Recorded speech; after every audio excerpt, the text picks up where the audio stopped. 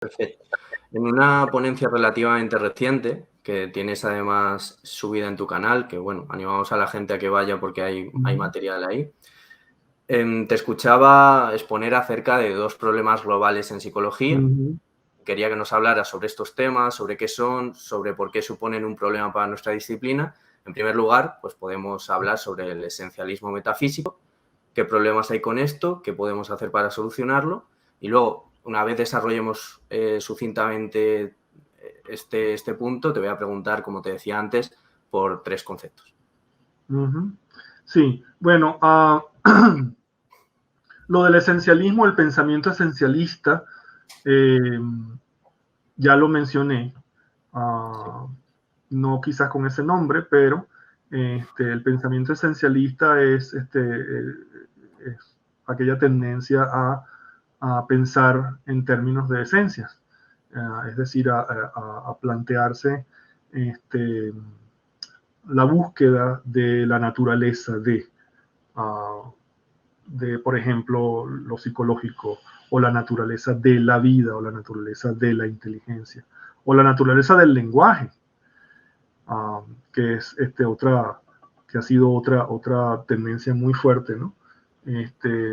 Y ahí, por ejemplo, encontramos el planteamiento antiesencialista del segundo Wittgenstein, ¿no? Que en sus investigaciones filosóficas abandona, no con estas palabras, pero esta es una interpretación, puede estar equivocada, por supuesto, um, pero una interpretación del segundo Wittgenstein es el abandono de un pensamiento esencialista sobre el lenguaje, um, que es un pensamiento que se encuentra muy fuertemente en el primer Wittgenstein, el Wittgenstein del Tractatus, ¿no? Del Tractatus Lógico-Filosófico.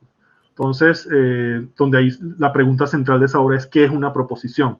Y ya plantearlo de esa manera ya inicia un pensamiento esencialista, ¿no? ¿Cuál es la esencia cuál es la naturaleza de una proposición?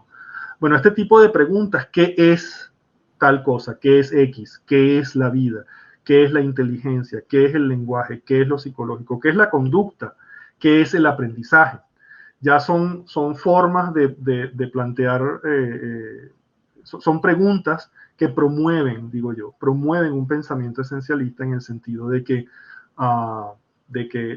promueven la noción de que hay esencias, de que todas estas entidades pueden ser definidas en términos de esencias, y que esas esencias, no solo que esas esencias existen, sino que podemos descubrirlas, ¿no? Quizás, uh, por definición, o especificarlas por definición. Entonces aquí el problema, yo diría, de fondo, es cuando definimos qué buscamos.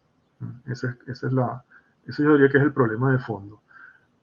Y eso nos lleva a cuál es la naturaleza, que también es una pregunta metafísica, ¿no?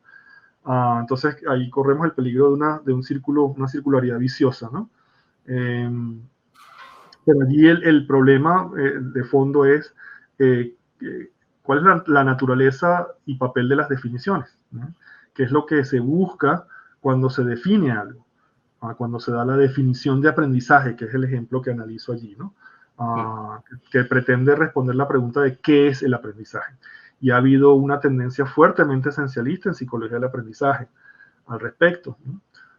Pero mi problema es que para mí no es claro exactamente qué se busca cuando se define en estas áreas, ¿no? Cuando se define el aprendizaje, por ejemplo, como un cierto tipo de cambio conductual relativamente permanente, que es resultado de un cierto tipo de experiencia. Um, yo no sé exactamente qué se busca cuando se define aprendizaje de esa manera. Se busca definirlo.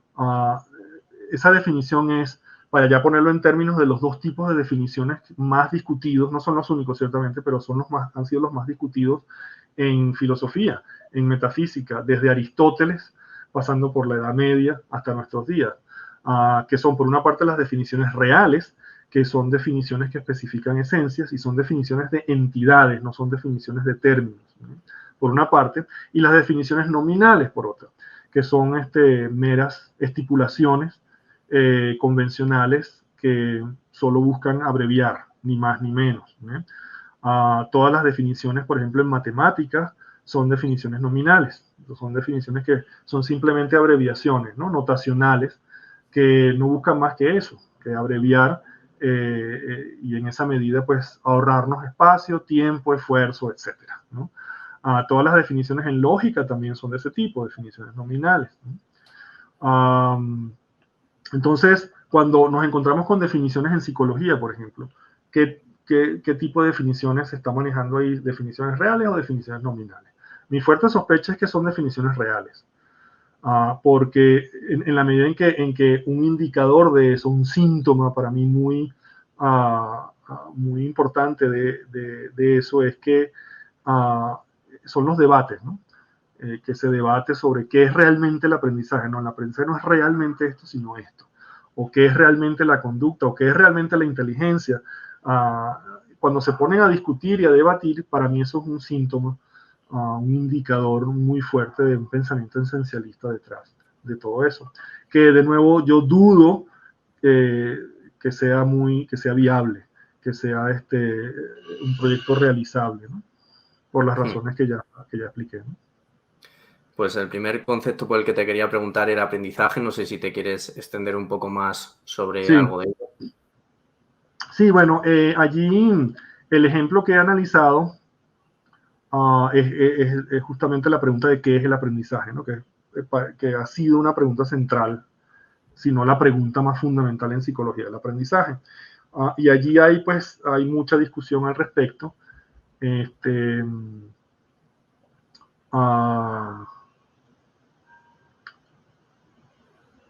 Mencioné esta definición, por ejemplo, tradicional de aprendizaje, Sí. que se toma como la definición oficial, ¿no? Pero que en realidad hay detalles allí que se tienden a ignorar, ¿no? Respecto a los orígenes de esta definición, ¿no? Y allí se tiende a ignorar mucho el contexto, ¿no? El contexto de los orígenes de esta definición, digamos, en libros clásicos de psicología del aprendizaje. Y allí el contexto revela que en realidad quienes propusieron esta definición en sus inicios, estamos hablando quizás de los años 40, años 50, realmente no definieron el aprendizaje de esa manera. Entonces, esa definición se tiende a citar fuera de contexto, ¿no? El contexto ahí revela que en realidad se consideraba el aprendizaje como un proceso subyacente hipotético que causaba ese cambio conductual, pero que en realidad el aprendizaje no es el cambio conductual. Porque si uno se pone a ver cómo se caracteriza, por ejemplo, el aprendizaje en modelos de condicionamiento pavloviano, allí el aprendizaje no se define o no se caracteriza de esa manera conductual, como un cambio conductual. El cambio conductual es lo que se llama ejecución, pero aprendizaje es algo distinto. El aprendizaje es un proceso interno, por ejemplo, de formación de asociaciones, de asociaciones entre representaciones internas de estímulo, del estímulo condicionado y el estímulo incondicionado, por ejemplo.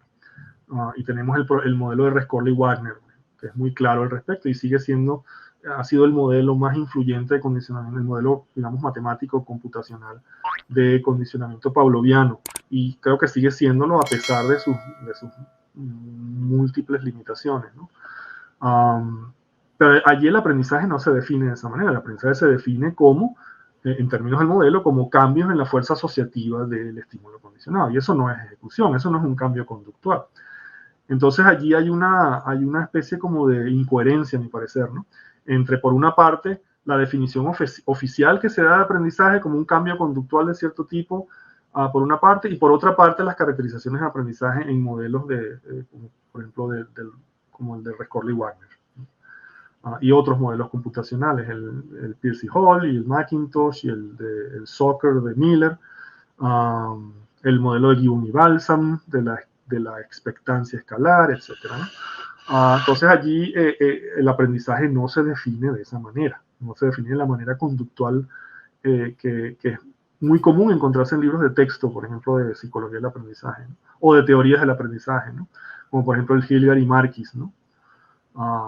Que es donde se maneja esta definición, ¿no? Es de donde sale esta definición, ¿no? Oficial, pero de nuevo allí la aparente incoherencia se resuelve viendo el contexto, ¿no? El más amplio en el cual surgió esta definición. Y ese contexto revela que en realidad quienes propusieron esa definición no estaban proponiendo que el aprendizaje era realmente eso, sino que el aprendizaje era realmente otra cosa. Pero de nuevo se está manejando aquí un pensamiento esencialista, ¿no? Que de nuevo yo cuestiono, ¿no? El pensamiento esencialista o el esencialismo funciona muy bien en física, ¿no? Sobre todo si lo vemos desde una perspectiva de una metafísica científica, es decir, una metafísica construida sobre la base de nuestra mejor ciencia. El esencialismo funciona muy bien en física, ¿no? Hay muchísima evidencia, por ejemplo, que sugiere que los electrones son esencialmente esto y esto y esto, ¿no? Son cargas negativamente, partículas negativamente cargadas, etcétera, ¿no? Entonces allí sí funciona muy bien. El esencialismo también funciona muy bien en química. Hay mucha evidencia de que, por ejemplo, el hidrógeno es esencialmente esto y esto y esto, ¿no? Según las características, por ejemplo, el número atómico, el peso atómico, lo encontramos en la tabla periódica de los elementos químicos. Entonces el esencialismo funciona muy bien allí, pero ya no tan bien en biología. Ya en biología empieza a derrumbarse el esencialismo, ¿okay? Y para mí un indicador, digamos, muy revelador de esto en biología es el abandono prácticamente total del concepto esencialista de especies, del concepto aristotélico esencialista de especies en biología, ¿eh? Y aunque siguen habiendo distintos conceptos de especies, todavía no hay un concepto único universalmente aceptado de lo que es una especie en biología, que tampoco está mal, ¿no? Allí podemos hablar, por ejemplo, de un pluralismo conceptual, no hay ningún problema con eso, ¿no? Pero sí hay un acuerdo universal en rechazar, abandonar por completo el concepto esencialista aristotélico de especie, ¿no? Entonces ya, y una razón de eso es que muy intuitiva, aquí de nuevo estoy ignorando la gran mayoría de los detalles, ¿no? Pero muy intuitivamente, y resumiéndolo de una manera muy, muy breve, este concepto aristotélico esencialista de especies se abandona a raíz con el advenimiento de la teoría de la evolución por selección natural de Darwin, ¿no? Y hay que aclarar allí que la idea novedosa de Darwin fue el mecanismo, la selección natural como mecanismo no tanto la idea de la evolución, porque ya esa idea ya venía manejándose, ¿no? Entonces, lo que no había era un mecanismo plausible mediante el cual ocurría la evolución, y Darwin fue quien, pues, hizo la propuesta más novedosa al respecto, ¿no? En su época. Entonces, pero ya desde el avenimiento o desde el establecimiento más firme de la teoría de la evolución por selección natural de Darwin, ya se estaba planteando la idea de que las especies cambian, ¿no? Pero ¿y si las especies cambian, mientras que las esencias son inmutables, entonces las especies no pueden ser esencias? Esa es como la lógica básica detrás de este rechazo del concepto esencialista aristotélico de especie biológica. Entonces se manejan otros conceptos en biología, el concepto biológico de Ernst Mayr, el concepto fenético, el concepto genético, etc., ¿no?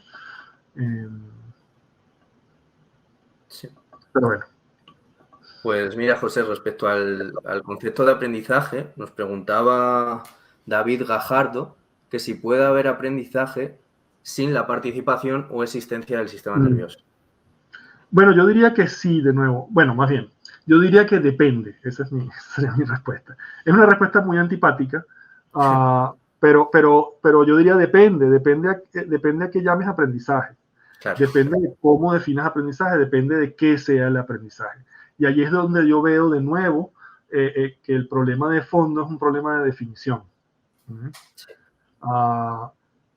Un ejercicio que a mí me gusta mucho hacer cuando hablo de conceptos científicos en mis cursos de filosofía de la ciencia es preguntarle a la audiencia, preguntarle si creen en Dios. Y pues la gran mayoría, en mi caso, pues en mi experiencia ha sido el 100% de las personas, o responden afirmativamente o responden negativamente. Algunas personas dicen que sí, otras personas dicen que no. Y allí la revelación mía del ejercicio es que, bueno, yo diría que depende de qué es Dios, o depende a qué llames Dios, o depende de cómo definas Dios.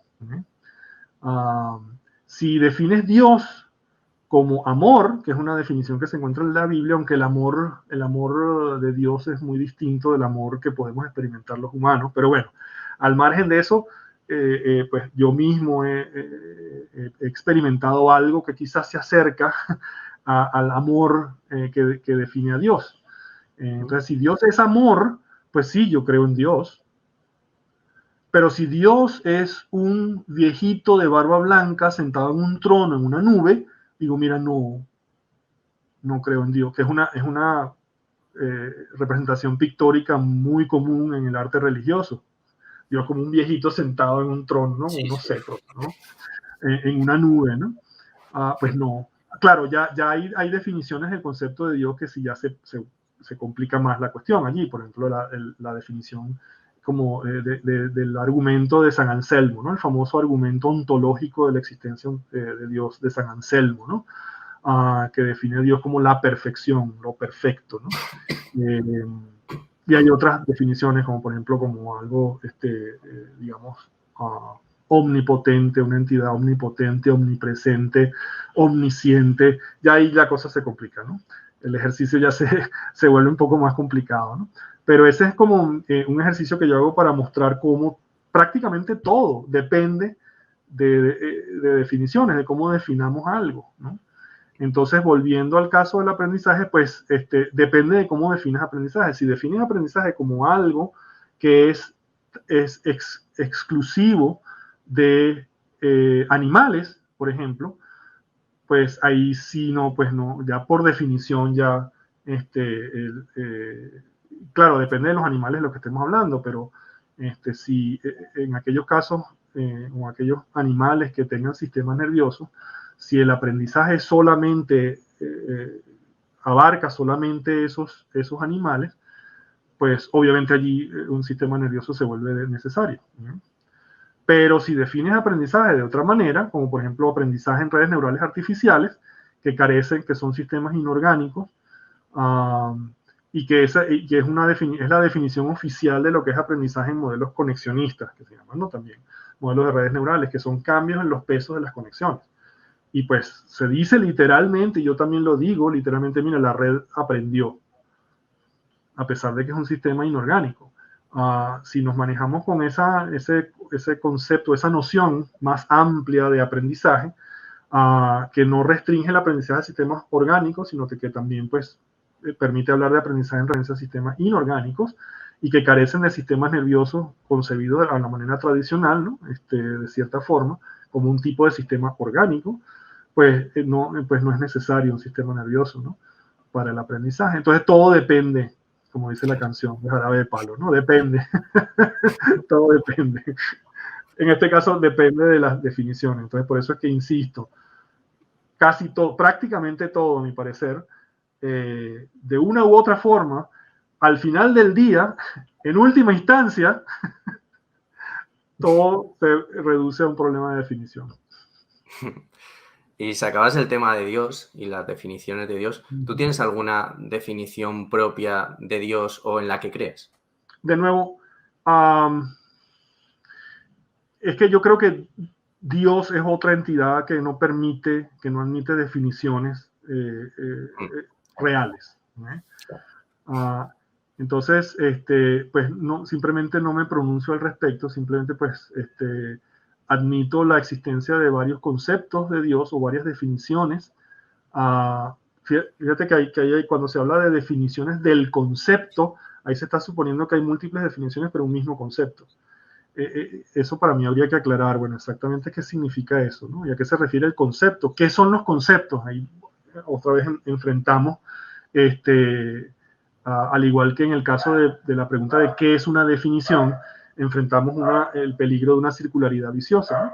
Porque cuando preguntamos qué es una definición, estamos preguntando por una definición del concepto de definición.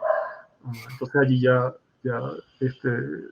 se presenta ese problema, ¿no? Y lo mismo con el concepto, define el concepto de concepto. Bueno, ¿cómo hacemos eso, no? Ya de entrada hay un problema allí, a mi parecer, si no insuperable, por lo menos muy difícil de responder. Y que para mí pone en pausa, si no es que obstaculiza, esfuerzos o por lo menos debates, más bien, convierte estos debates conceptuales sobre la naturaleza de las cosas en debates, para mí, digamos, vacíos, ¿no? Claro. Debates fútiles, ¿no? Entonces, preguntarme qué es algo, pues mi respuesta es, mira, mi respuesta más honesta es no sé, no lo sé, honestamente no lo sé. Hay esta definición y esta definición, sí, pero ¿cuál es la correcta? No sé, no tengo idea, ni siquiera estoy seguro de que podamos responder a esa pregunta de una manera que nos permita un acuerdo razonable, ¿no? ¿Cómo demuestras una definición, ¿no? ¿Cómo demuestras que el aprendizaje es realmente esto y no esto otro? O sea, ¿cómo lo demuestras? No puedes demostrarlo por argumentación, o si tratas de hacerlo, quizás el resultado vaya a ser una falacia, o vaya a ser un argumento inválido, un argumento, digamos, vacío. Entonces no estoy seguro yo ya, digamos, trato de evitar ese tipo de preguntas porque plantean todas estas dificultades, ¿no? Que yo veo como insuperables, realmente. Sí. Bueno, te quería sacar algún concepto más, te puedes explayar lo que consideres y luego ya pasaríamos al segundo problema de la crisis de la replicación. Básicamente te quería preguntar por el concepto de representación. Si quieres, de nuevo, sí. Sí. De nuevo, eso es otro gran problema conceptual, ¿no? Claro. ¿Qué es una representación? Y de nuevo no hay una respuesta única, hay muchas respuestas, ¿no? Representación como imagen, representación como símbolo, representación como mapa, entonces representación como estructuras lingüísticas, representación que sería el concepto, la familia de conceptos de las representaciones como entidades simbólicas, esencialmente simbólicas. Y de nuevo, este adverbio esencialmente es muy utilizado en la literatura. Si uno hace una búsqueda de esa palabra y de sus palabras relacionadas esencia y esencial en la literatura, ahí hay muchísimas, ¿no? En la literatura psicológica, para empezar, sobre todo, ¿no? Entonces yo diría que sigue habiendo un fuerte pensamiento esencialista en la psicología, cuando se plantea qué es lo psicológico, de nuevo el mismo problema. ¿Qué es la psicología? Ese es otro, bueno, sabe, quién sabe, no lo sé, la verdad, esa es mi respuesta más honesta, ¿no? Y no estoy seguro de que podamos saberlo fuera de toda duda razonable, ¿no?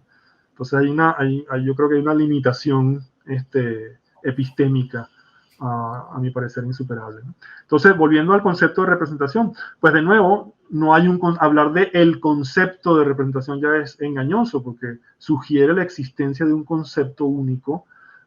Y si vemos las distintas definiciones, pues al parecer pareciera que se está hablando de conceptos muy distintos, ¿no? Sin ánimo de identificar definiciones con conceptos, que es otro rollo allí, ¿no? La distinción entre definición y concepto, ¿no? Si hay una distinción o no. Pero, de nuevo, si se considera que distintas definiciones, se supone que distintas definiciones expresan distintos conceptos, pues no hay un concepto único de representación, ¿no? Y eso es un problema dentro de lo que se llamaría el representacionalismo, que es la postura en filosofía de la mente según la cual pues existen las representaciones, y que un perro ladrando. No te preocupes. Y que me está distrayendo. Y que podemos descubrirlas, ¿no? Entonces digamos, hay una tesis metafísica, ontológica y una tesis epistemológica. No solo existen, sino podemos conocerlas, ¿no? De ciertas maneras, quizás idealmente la manera científica, aunque de nuevo para mí no queda claro exactamente cómo demuestra de manera científica la existencia de una esencia, ¿no? Si uno se pone a pensarlo en más detalle, no está fácil hacer un experimento, ¿no? En el cual uno pues, retire la esencia de algo, ¿no? Está bien difícil, ¿no? Sí. Entonces, pero de nuevo, no sabemos qué es una representación. Y cuando nos planteamos eso, pues ahí empiezan las discusiones y los debates, y hasta que no se resuelva ese rollo, pues no podemos decir nada significativo o sustantivo acerca de las representaciones, ¿no? Porque si no sabemos, en principio, si no sabemos lo que son, o si no estamos de acuerdo en lo que son, pues ahí hay que pausar, ¿no? Y resolver ese problema, ¿no? Antes de ponernos a hablar sobre si existen o no, para empezar, las representaciones. Entonces, por eso es que yo rechazo el concepto, el representacionalismo. Es una razón mía para rechazar toda esta idea muy extensa, muy extendida, perdón, muy influyente de que hay representaciones, ¿no? En el condicionamiento, en investigación teórica sobre condicionamiento pavloviano, con estos modelos, como por ejemplo el modelo Rescorla-Wagner, etc., es muy común hablar de representaciones internas, ¿no? Pero también lo es en modelos conexionistas, que pareciera paradójico, pero en realidad no lo es. El representacionalismo es totalmente compatible con el conexionismo. Pero por lo menos, de nuevo, en el caso del modelo que yo he manejado, yo no he necesitado para nada, ni en su formulación ni en sus aplicaciones, hablar de representaciones. Por ninguna parte. Simplemente hablo de activaciones de entrada, activaciones de salida, activaciones de unidades computacionales, de unidades neurales computacionales, hablo de conexiones, de pesos de conexiones, pero por ninguna parte necesito hablar de representaciones. Claro, podría ser acusado, bueno, pero implícitamente estás hablando de, bueno, pero me estás acusando de algo que yo no estoy diciendo. Estás interpretando lo que yo no. Y sí me he encontrado con ese tipo de crítica, ¿no? No, pero en el fondo eres dualista o en el fondo eres representacionalista. No, yo no lo soy, pero bueno, te estoy diciendo que no lo soy, porque no uso, para empezar, no uso estos términos y no pienso en esos términos. Pero no, persiste la gente, no, pero sí, en el fondo estás hablando. He tenido tantas discusiones con tanta gente sobre esto, al respecto, que bueno, se vuelve muy frustrante, la verdad. Claro. No, visto lo visto, no sé cómo verías, José, si paramos la psicología, la detenemos, nos ponemos de acuerdo un poco en todo y ya continuaremos. Bueno, no necesariamente. Es una posibilidad, pero no podemos hacer eso. Estoy de acuerdo. Más bien mi idea es que los debates teóricos sobre todo, debates teóricos y quizás debates filosóficos y debates conceptuales sobre o en torno a la naturaleza de ciertas cosas, carecen de sentido sin que se resuelvan otras cosas, otros problemas. Pero uno se puede seguir investigando, ¿no? Sin problema.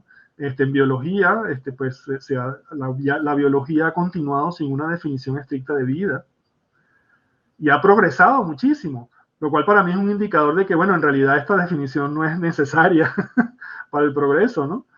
Lo mismo se puede decir de la psicología, pues la psicología puede seguir avanzando, aunque no tengamos claro exactamente qué es la psicología o exactamente qué estudia o qué debe estudiar.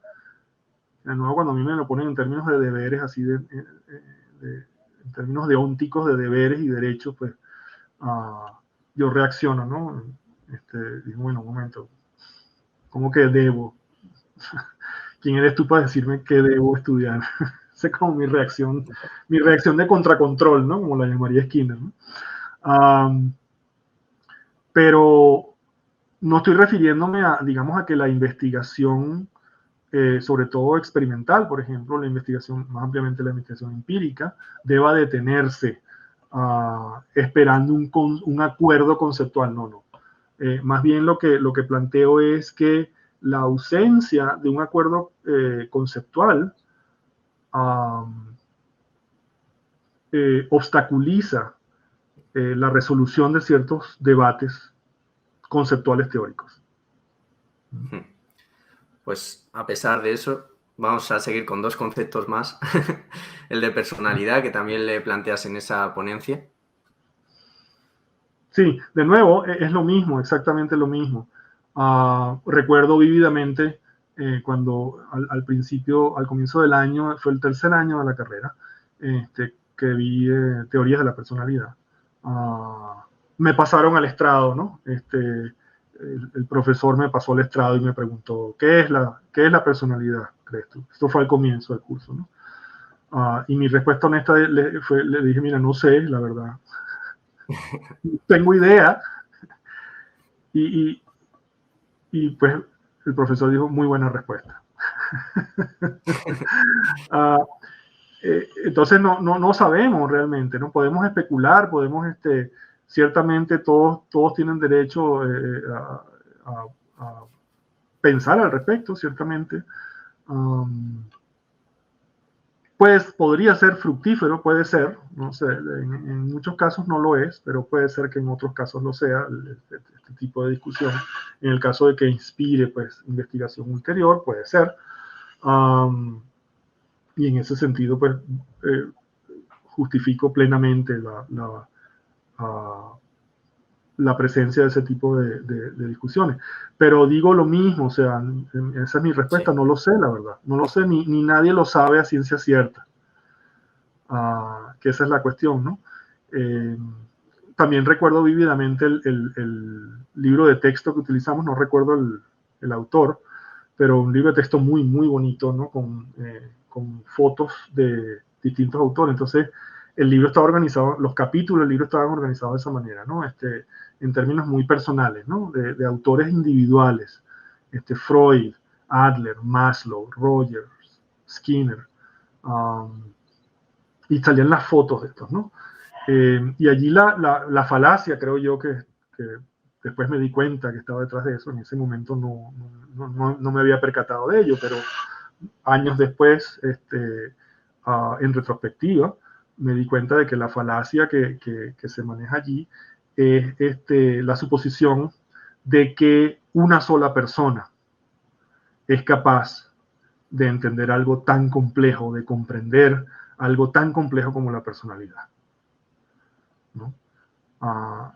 Entonces, esta tendencia a personalizar las teorías, ¿no? Que si la teoría de Rogers, que si la teoría de Freud, que si la teoría de Adler, que si la teoría de Jung, la teoría de Maslow, esa forma demasiado personalizada de referirse a las teorías, ¿no?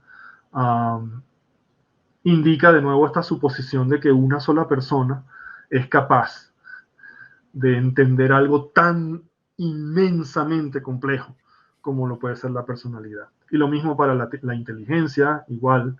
Entonces está la teoría de Piaget. Entonces que resulta que hay un solo señor, Piaget, que es capaz de entender algo tan inmensamente complejo como la inteligencia. No me lo creo. Ciertamente soy muy escéptico al respecto.